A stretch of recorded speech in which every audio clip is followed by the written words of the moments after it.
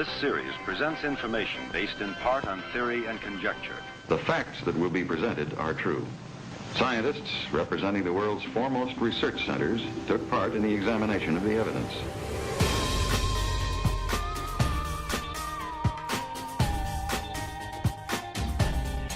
The Jersey Devil.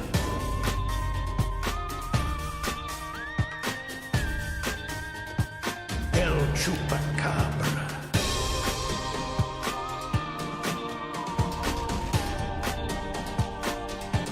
Psychokinesis.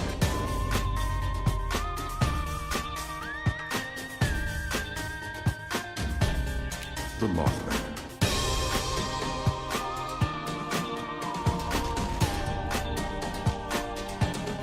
UFOs.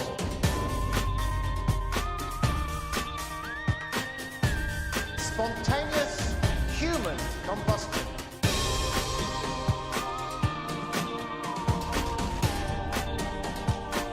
Unsolved mysteries.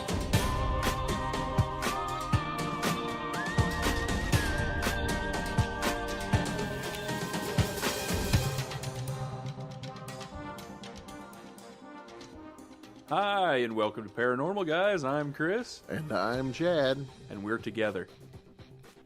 At last. At long last.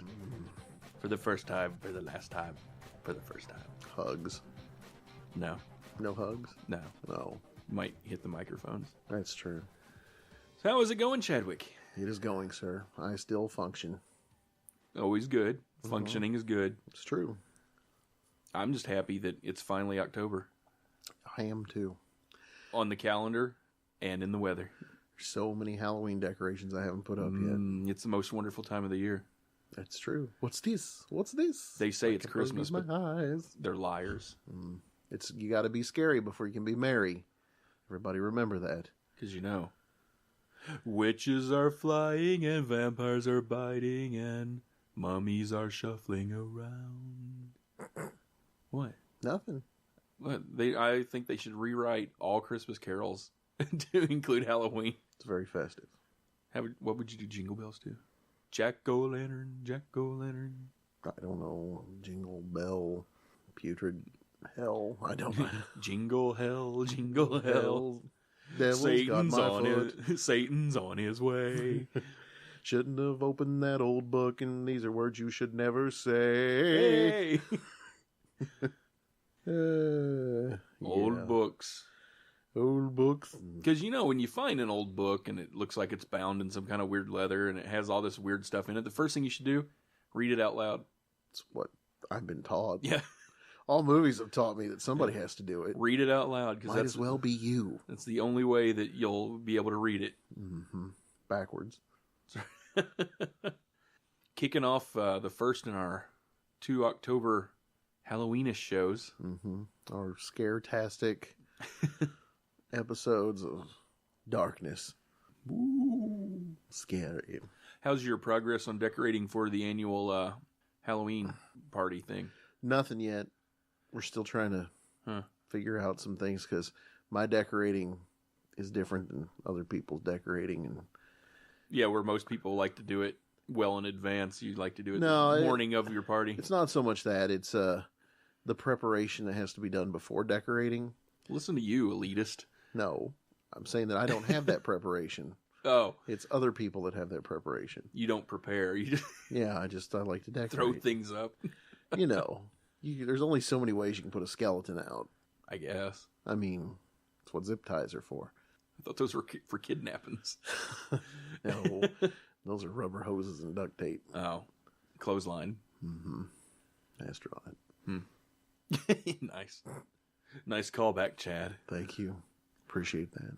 So, being Halloween yes season, and we have our 2 shows for October. Figured we might try to keep with a Halloweenish type theme. So, which one are we doing this one on? I don't know. What are you talking about? What? Which one? You know which one we're doing. Which one are we doing? We're doing the one on the trials. Of? Pagans. Pagan? Uh-huh. Okay. Yeah, witch trials. Witch trials. Those trials. Who's on first? Anyway. Yeah, so first show, we're going to forego the Paro News stories again for this show. And go straight into just talking about the old Salem Witch Trials. Gonna dip your gnarly toe right into it, aren't you? And then follow it up at the end. Chad's going to tell us how that's kind of related to a little story from Kentucky. Yeah, from my home area. Down around yonder where I lives. Of Fightonville. Mm-hmm. Down there in the Battletown. Battletown, that's right. Not Fightonville. Fightville. No. They should rename it. You don't talk about Fightville. First rule of Fightville. Exactly.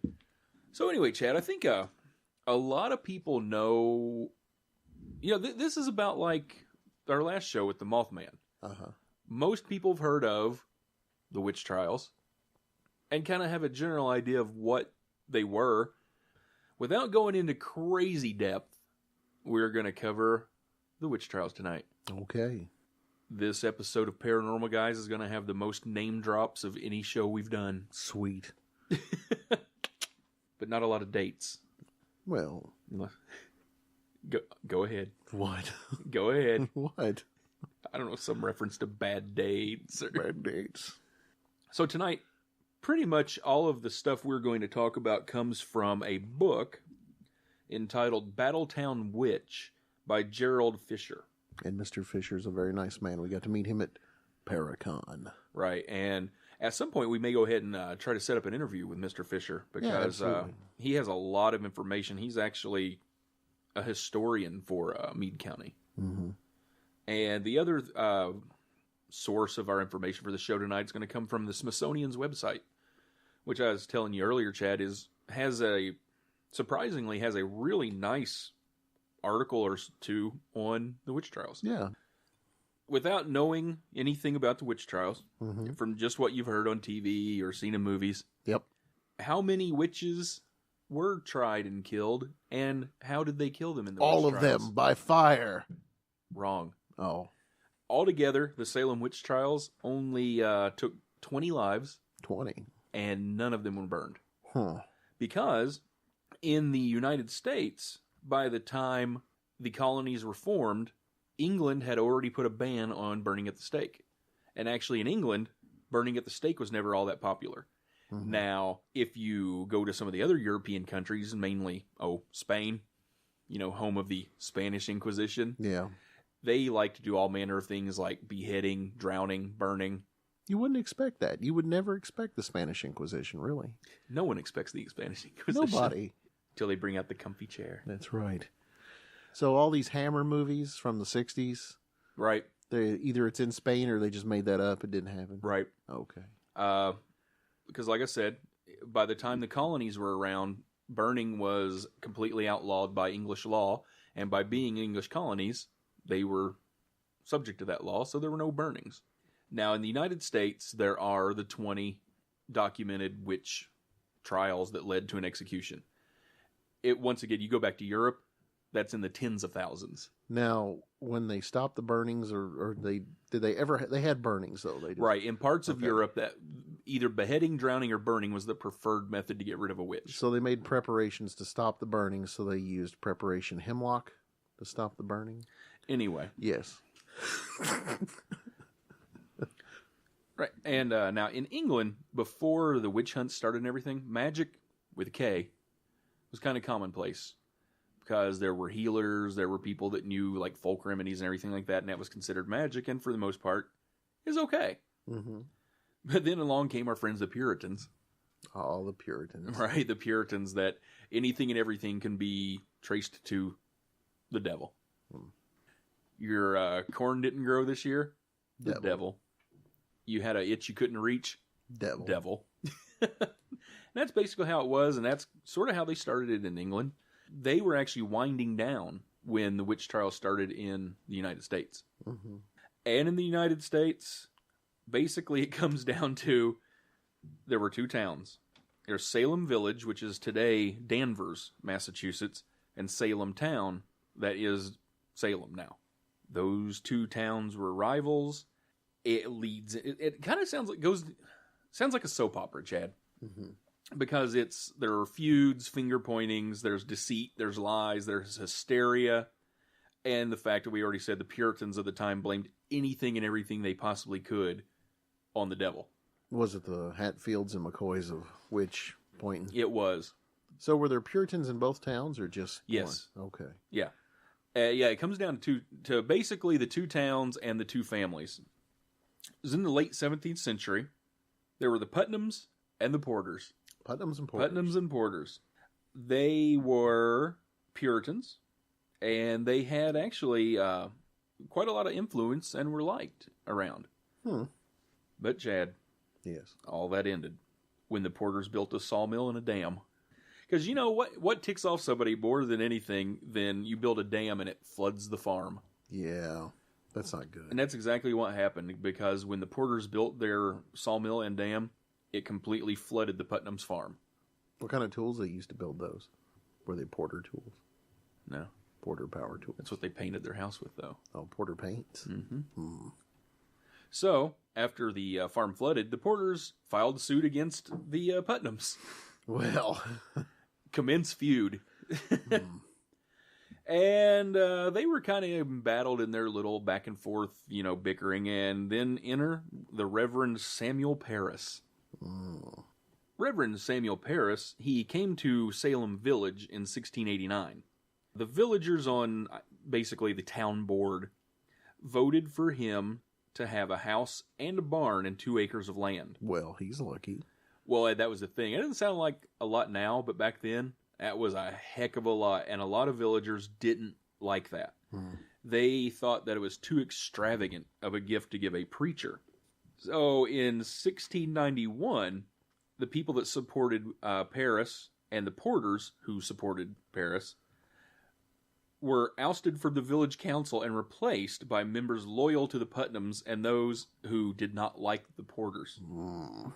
So all of a sudden, the whole town committee and everybody related to it are replaced by people that don't like you. Now there's a battle. They got him replaced. The one thing that kicked this all off, Chad, so you've got a feud going on. You've got people that don't like each other, and then the spark that ignited the whole thing. January of 1692, the good Reverend Parris happened to walk in on his daughter. 9-year-old Elizabeth, her cousin Abigail, who I believe was 11, and their friend Ann Putnam. They were all sitting around a table with the Parris's slave girl, Tituba. Tituba? Yeah, big name in the Salem Witch Trials. What were they doing there at the table, Chad? Were they trying to conjure a spirit? Not even that evil. They were playing an old, colonial version of Mystery Date. Huh. Yeah, they were trying to do the old foretell the future kind of deal. Yeah. Where the girls were trying to, who am I going to marry? What's his job going to be? Is he going to be cute? Is he going to have blonde hair? They were just doing a little bit of divination. I see. Because the slave girl Tituba, she came from Barbados. The residents of Barbados at the time were mostly West African. So naturally, there's going to be a little bit of occult practices coming along with her. And what I think is funny with this is, this is 1692. I could see my girls doing the exact same thing, because once Dad caught them doing something they shouldn't, I could see it now of him doing a send them to their room, and then all of a sudden the, oh God, how are we going to get out of this starts. You can guess what their plan was, Chad. Scapegoat. Exactly. Yeah. But they went a step further. They started having fits and screaming and making odd noises and contorting their bodies. Nice. To make it look really good. Well. And once they kind of calmed down from that a little bit, it was witches, Chad. Sounds exactly like witches to me. They were bewitched. That was all it could explain it. It wasn't their fault. They immediately started pointing fingers. Hey, it wasn't us. Must have been old Tituba over there. And I could see my girls doing this. Doing the little bit of distraction, take the attention off me, so I'm not in trouble. Look how bad they are. Ooh. Wow. And that's what they did. They started having fits, everything like that. Now, here's one thing. If you read some accounts of this, the girls didn't have fits then. And their dad didn't walk in on them. They just started doing this. And now in those versions of the story, you'll hear a lot of people talk about fungus on corn. Okay. There's a fungus called ergot or ergo. I don't know exactly how it's pronounced, but I believe it was back in the 70s they did some research on it and have found that ingesting that fungus can have certain symptoms, Chad. Yeah. You know what those symptoms would be?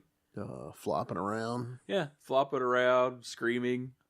I have heard, actually, I've heard that before, and they've attributed that to people that believe they saw werewolves, witches, vampires. Apparently in Europe there was a lot of things that were ended up getting blamed on that down the road. Yeah. Well, and the fact that fungus has a tendency to grow around dampish areas and everything, which the area of Salem and Salem Village at the time were kind of boggy. Moist. I like boggy. Yeah, boggy. Yeah.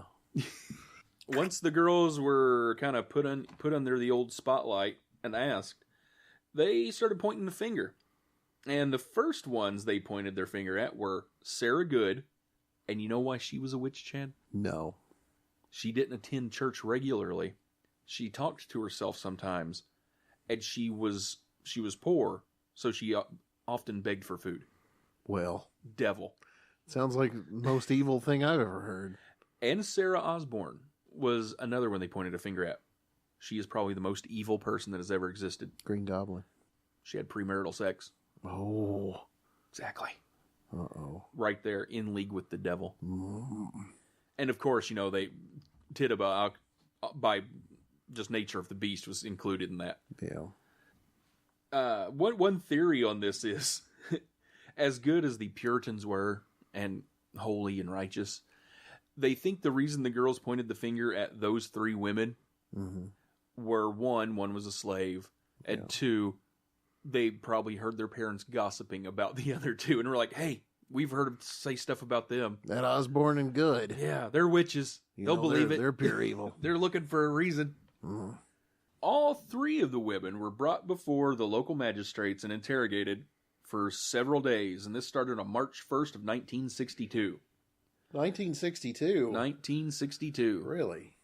Yes. These are the modern witch trials. Hippies.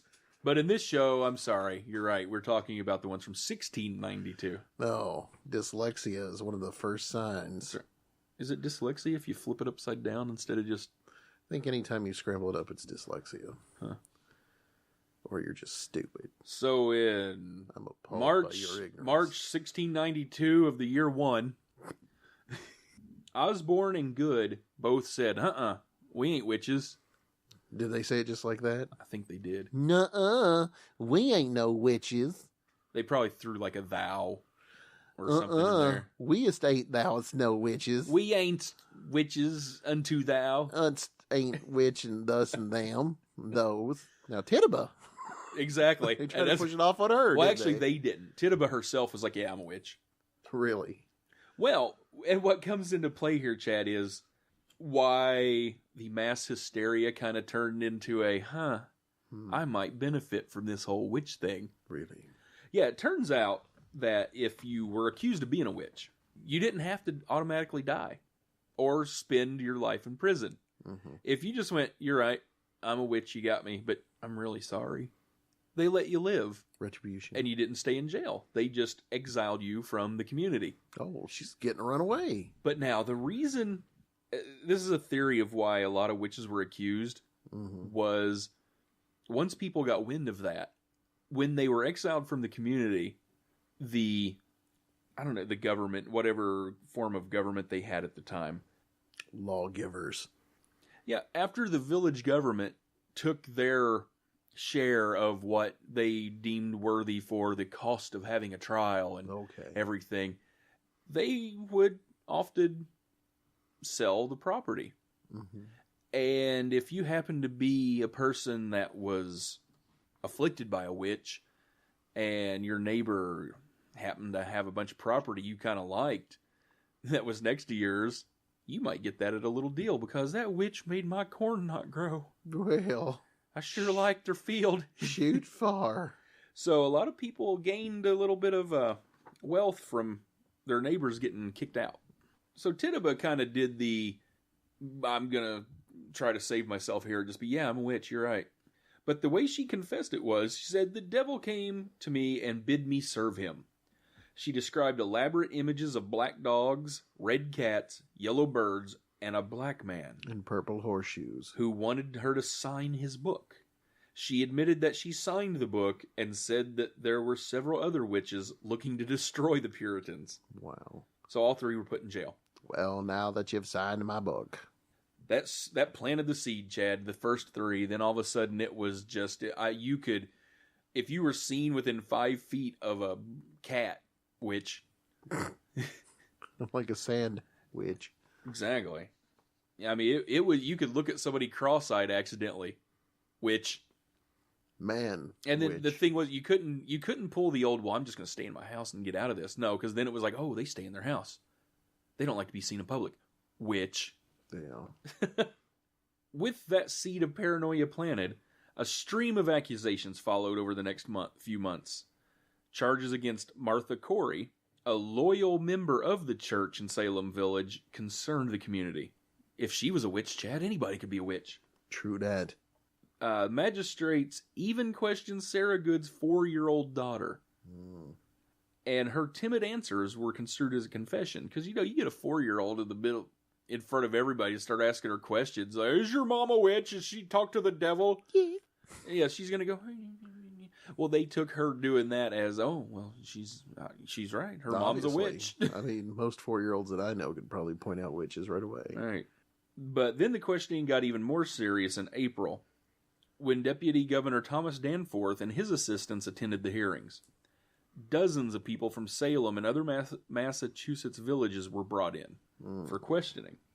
On May 27th of 1962 at the Newt Witch Trials. 1962 at the concert. On May 27th of 1692, Governor William Phipps ordered the establishment of a special court. I'm not really sure how I'm pronouncing this. So it would be a special court of Oye and Termine. Means to hear and to decide. That special court was arranged for Suffolk, Essex, and Middlesex counties. The first case brought to the special court was Bridget Bishop, an older woman known for her gossipy habits and promiscuity. Witch. Exactly. Don't know why they took that long. No kidding. They asked her if she had committed witchcraft, to which she responded, I am as innocent as an unborn child. Apparently she did not have a good defense lawyer. Because she was found guilty on June 10th, and I believe it was 8 days later, first one to get hanged. Found her witchcraft glove. On what now they call Gallows Hill in Salem. Getting ready to drop another name, Chad. Uh-oh. You might have heard of this guy. Because 5 days after that, respected minister Cotton Mather. Not Cotton Mather. Cotton Mather. He wrote a letter to the court saying, hey, basically, hey guys, you need to quit taking evidence of people saying I had a vision that she was a witch or had a dream that she was a witch. He said, you're kind of allowing a lot there. There's no evidence. Yeah. The court pretty much said, hey, Cotton, shut up. Stick it. And I think they pretty much did say stick it, because after they kind of ignored him, they immediately sentenced 5 people and hanged them all in the month of July. They didn't care about the opinion, the look, and or the feel of Cotton. No, they didn't. Just to prove their point, they sentenced and hung 5 more in August and 8 in September. Guess I felt like they were falling behind. I'm like, shut up, Cotton. Yeah, look at this. Watch. Hey, Cotton, guess what? Wish we had photography, but we had to sketch these pictures out to send to you. But then in October, Cotton's dad, Increase Mather. Increase. Exactly. Oh. He was president of Harvard at the time. Mm-hmm. He also told them, quit using what they called spectral evidence. It's not, you can't prove it, stop it. Spectral. He actually said, it were better that 10 suspected witches should escape than 1 innocent person be condemned. 'Twere better to have loved and lost than to have burned a witch at all. You remember good old Governor Phipps, Chad? Our friend that established the special court? Yep, Wacky Phipps. A little thing happened to him where he permitted further arrests and released many accused witches and dissolved the court of Oyer and Termine on October 29th after they accused his wife of being a witch. Well, Yeah. He's like, wait. how convenient. Wait, no, no, there's no witches. Yeah, are you guys out of your minds? What do you mean? Yeah, okay, maybe we've been a little harsh. Yeah, it's just the way it is. He replaced it with a superior court of judicature. Judicature? Once again, maybe you might not be saying that right. And that court disallowed all spectral evidence. It only condemned 3 of 56 people that were accused of witchcraft after that point. The odds are getting a little bit better. It is. And altogether, the trials were only 4 months long, Chad. Only? They started in June of 1692. By October, it was kind of oh yeah, hey, they're a witch. Whatevs. And then by May of 1693, the trials were over. It was pretty much said and done. But the damage had been done. 19 people were hanged on Gallows Hill. And the 20th was actually a 71-year-old man who refused to enter a plea in court. Wouldn't say if he was a witch or not. So naturally, what you do to people like that is you lay them down and start putting heavy rocks on them. Makes sense. Yeah. So they would put another rock on and go, "Are ye a witch?" He'd go, Not yet. Then they'd be like, "Oh, thence another rock shall be placed on ye chest." Rock and roll. That's how they did it. Did they announce each one before they put it on? Uh-huh. Did they say which number rock was going on next? I don't know, Chad, but if they did, how would that have went?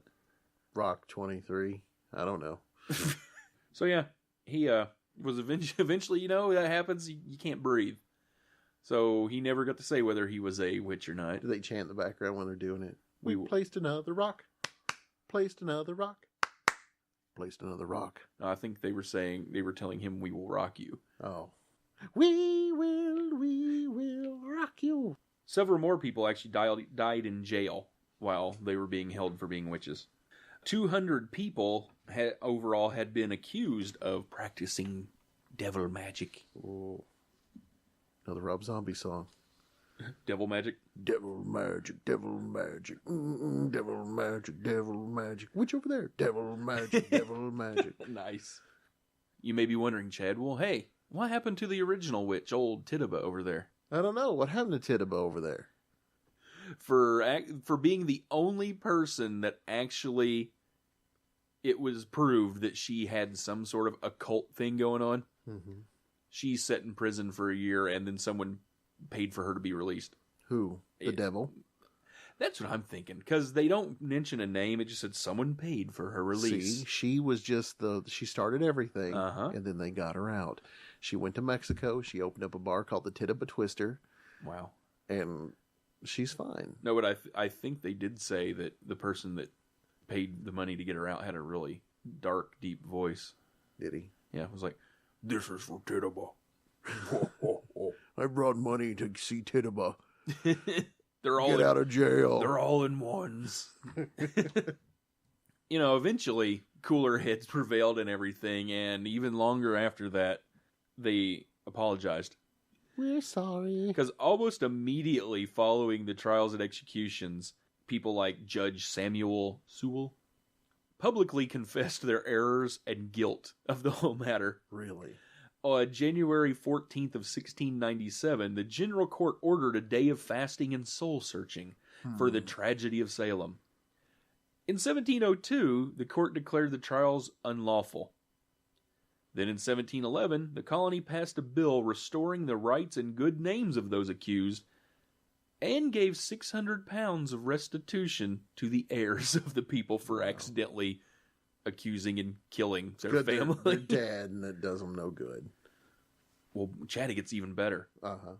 Flash forward to 1957. 1957? Yeah, 250 years later. Okay. Massachusetts came out and said, "Yeah, we're sorry. Oopsies." Or bad. Yeah, hey, who knew? Witches. I like this part too. When I get finished reading this, tell me if this doesn't give you a little kick in the pants. Okay. As for the original little girls who started the whole thing, Anna Putnam later apologized in 1706 with this statement. I desire to be humbled before God for that sad and humbling providence that befell my father's family in the year about 92. That I, then being in my childhood, should, by such a providence of God, be made an instrument for the accusing of several people for grievous crimes, whereby their lives were taken away from them, whom now I have just grounds and good reason to believe they were innocent persons, and that it was a great delusion of Satan that deceived me in that sad time, whereby I justly fear I have been instrumental, with others, through ignorantly and unwittingly, to bring upon myself and this land the guilt of innocent blood. Though what was said or done by me against any person, I can truly and uprightly say, before God and man, I did it not out of anger, malice, or ill will to any person, for I had no such thing against one of them, but what I did was ignorantly, being deluded by Satan. So even when she apologized, it wasn't a, look, we were dumb little girls trying to get out of trouble because Dad caught us doing something stupid. It was, yeah, I'm sorry, devil. Satan. Devil made me accuse people of being witches. Satan? Wow. Yeah, just a little bit of crazy people accusing other people because... Where was the anti-bullying campaign back then? I don't know, but there was a lot of, I don't like you, so I'm going to get you killed or put in prison. Yeah. I'm in trouble, so I'm bringing somebody down with me. And yeah, it's just a bunch of just... Sounds like presidential debates these days. Squabbling. Yeah. But now, Chad. Yes. I kind of teased on Facebook the other day that we were talking about something that sounded like itch vials, and that we were going to relate it to Kentucky. Yes, sir. So, after all this, how are we relating itch vials to Kentucky? Well, in good old Kentucky, near the area I live in, there's a little place called Battletown, and there is the single remote grave of someone who's been accused and killed as a witch. Colonel Sanders. No. Oh. But, I mean, that may have happened somewhere, but no. Not. How do you think he discovered that secret recipe? Fried chicken? The devil. Yeah. The 11 herbs and dark spices. Oh, yeah. no one will ever guess it. Extra crispy. He brought it forth.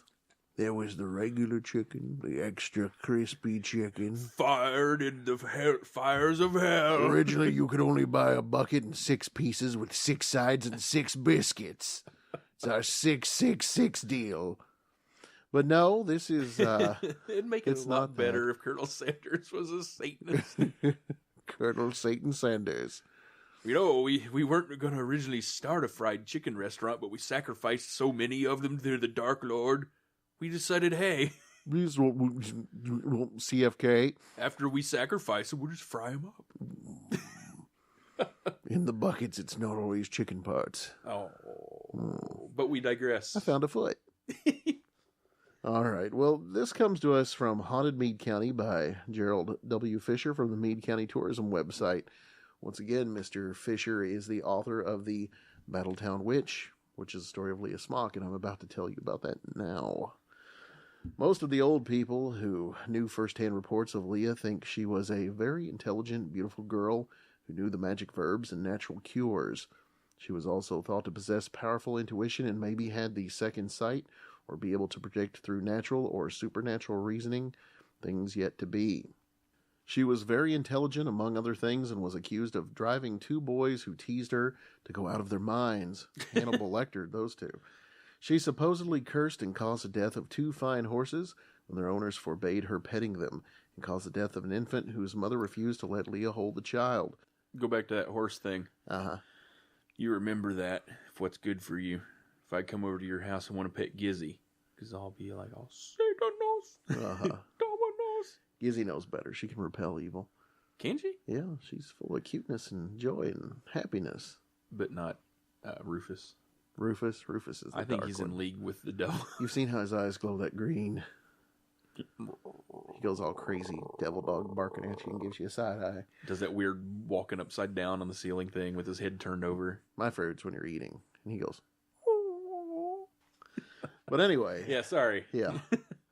Causing crops to fail and other calamities were attributed to her. A posse visited her father's farm when she was alone. Posse. Oh, Donald Trump. Locked her or tied her in the smokehouse. Well, and set it on fire, burning her to death. She was pretty tasty. She is the only known person to have been burnt as a witch in the United States. So that's what makes this really unique. Hickory smoked witch. It's true. She was burnt to death. Right. Shortly after she was burned, her ghost appeared to her mother at the remains of the smokehouse. Her body was taken to a remote place and became the first burial in what is now called the Betsy Daly Cemetery. Not long after she was buried, a hunter saw her ghost standing at her grave looking down. In both instances, her apparition was dressed in a white garment with cords at the sleeves and waist. She had long black hair and was very pretty. Her form did not touch the ground, and she was invisible below the knees. She was surrounded by a purple haze in my brain, or aura. Excuse me while I kiss this guy. The townsfolk were so afraid they carried a wagon load of rock to the grave and dug down into it, filling the grave with stones to keep her spirit from rising. It didn't work. She was extra fluffy. It didn't work. She has been seen many times, and people who visited her grave sometimes became confused and could not find their way back to their cars. The walk to the cemetery is a long, hard one of a mile or more. Sometimes, even today, Cooper's tools are found at her grave. Her father made barrels, and she helped him. Hunters in the area cannot bring down game, and sometimes they see her. Leah had a love and a sense about animals, and could control and calm even dogs that were known to bite. It is said her love of animals caused the hunters to miss their mark. Snakes are sometimes seen sunning atop her grave. She has made herself known even until today, causing people to misread things. She has made herself known even today, causing computers to malfunction or reverse images to occur when people are writing about her or copying photographs of her grave. A film crew's equipment failed to operate at her grave after it was repeatedly tested and found to function elsewhere. Remarkable and beautiful Leah is Meade County's most famous ghost and witch. Yeah, that's why I kept saying 1962. Yeah. Well, I mean, the thing about this is it's funny.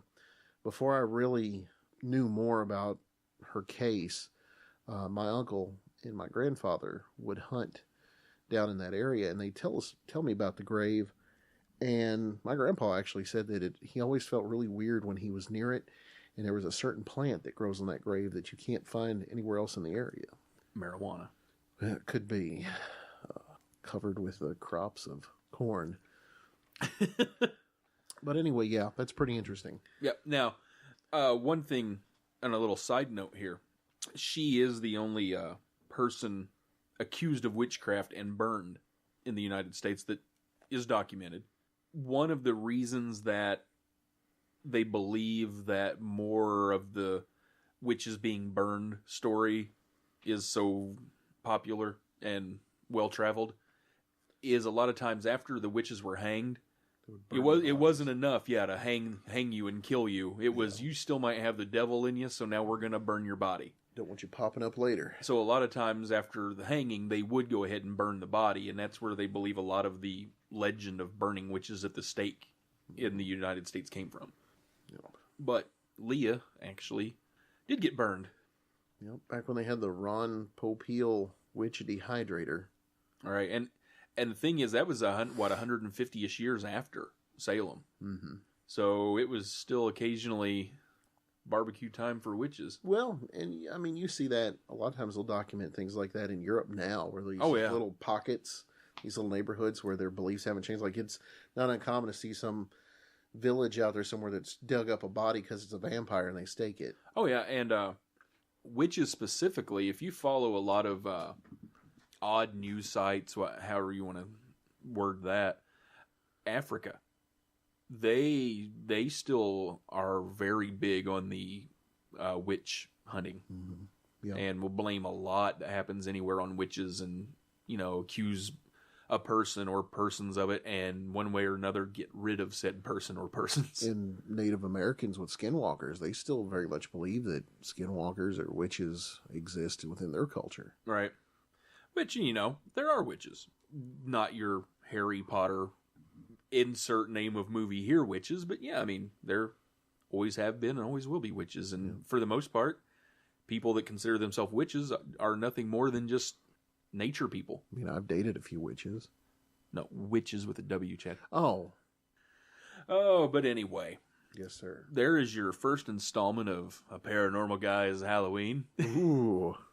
Spooky. Spooky, spooky. Perhaps you know a little bit more about the witch trials than you did starting out. Perhaps not. But we like to, if nothing else, Chad, we like to... The more you know. Be informative. Because knowing's half the battle.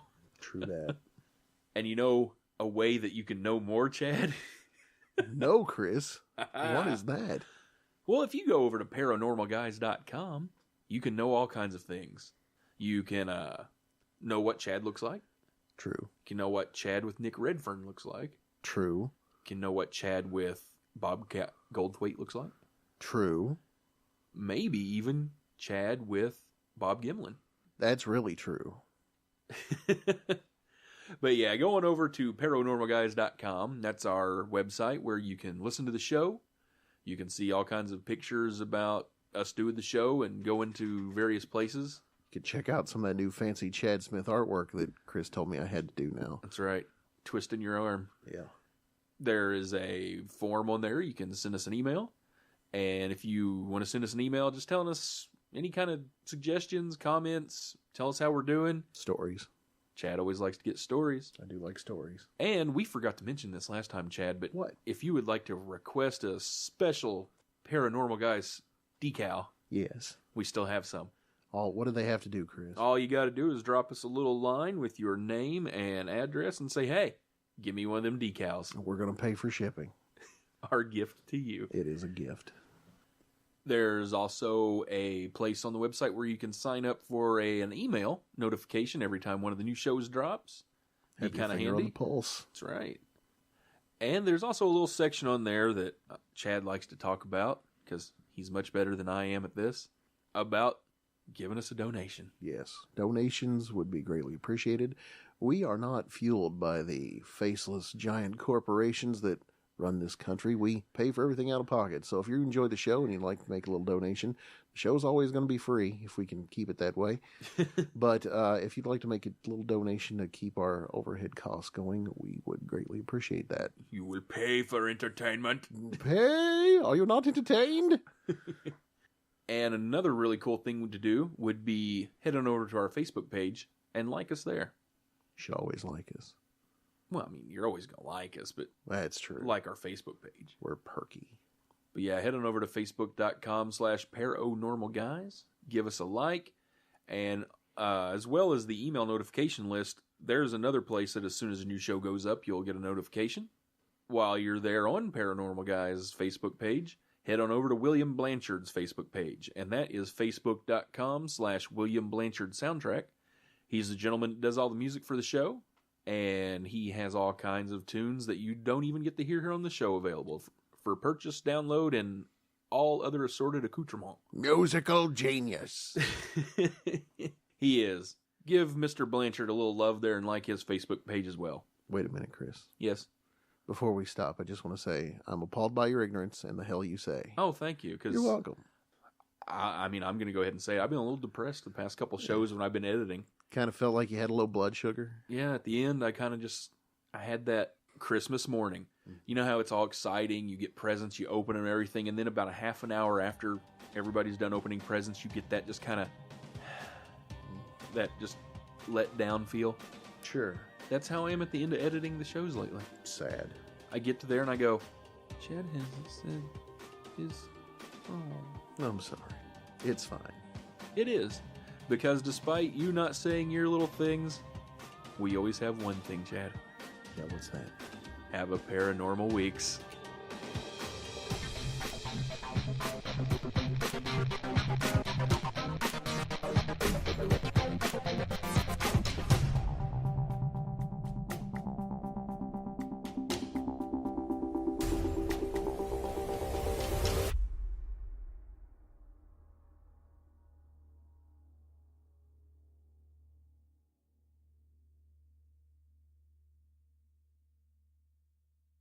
Razor fretting new crap with the crap and all the crap on it. It's crap.